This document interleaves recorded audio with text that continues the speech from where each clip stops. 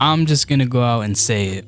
I think Zenless Zone Zero's combat is actually pretty good. Now, am I saying it's the best combat known to man? No, not at all. What I said in one of my other videos is that it is simple yet rewarding when you pull off the moves correctly. And to be honest, I really don't think that was 100% correct. As we get into this, I'm gonna say a word that I actually learned a few days ago. It's called player expression. Player expression is the way you use your characters. For example, if I use Grace a certain way and do her combos a certain way, that's probably going to be different than how somebody else uses Grace as a character. And that's one of the best parts about this game in my opinion, and that especially means in the combat. Now, the biggest complaint about this game is that you just mash the buttons until you win, pretty much. And I'm telling you right now, that couldn't be further from the truth.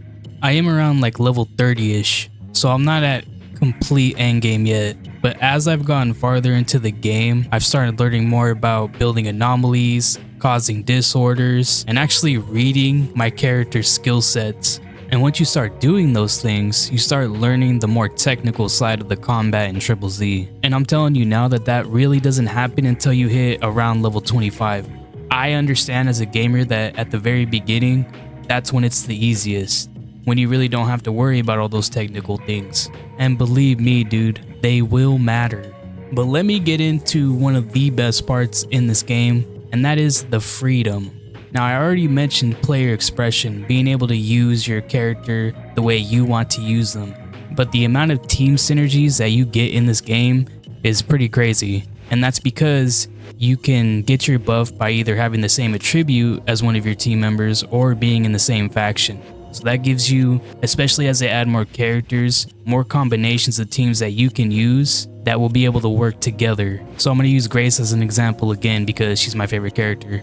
Right now I use Grace on a team with Rena and Anton to build up that electrical anomaly and to be able to do more damage. But you could insert Grace on a team with, let's say, Soldier 11 and Ben, because Ben and her share the same faction and Soldier 11 and Ben have the same attribute. And instead of stacking one attribute anomaly to do maximum damage, now you have a chance to create more disorders, which is when you stack two anomalies side by side, because Grace can stack electric anomaly really quickly. And there's a lot more that goes into that, like your character's passive abilities, which you get from having the same attribute or the same faction on the same team. There's obviously always going to be those meta teams that are above everyone else. For example, I hear people talking about Lycan and Ellen as one of the best ice teams.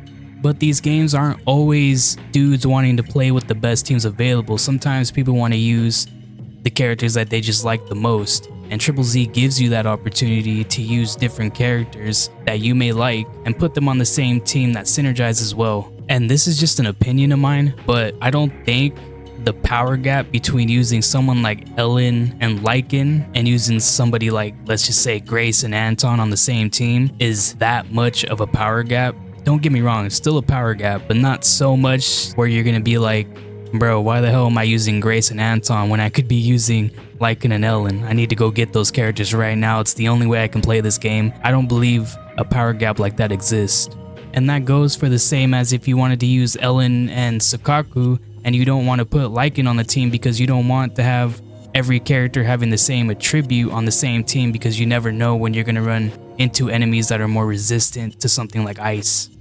Every single character has abilities that could be very useful in different situations. So the freedom of picking who you want on your team and how you perform with your team or how you even use your team is a big plus in the combat. Now, when somebody like Juyan drops, I don't know if I said her name correctly, and I'm sorry if I didn't, but there's really only one other Ether user, and that is Nicole. So with her, yeah, she's going to be a little bit limited when it comes to her teams, but as time goes on, I'm sure there's going to be more Ether users. So like I said, as they add more characters, you're going to have more mixing and matching of teams going on. And yeah, I didn't get too technically into this because I'm still learning the combat myself, and I'm learning different team synergies and testing things out. But all I really wanted to say was the combat is a lot better in this game than what people are saying it is. It's not just mash your way to victory. There's actually technical things that matter, at least in my opinion. But yeah, that's gonna be it for me.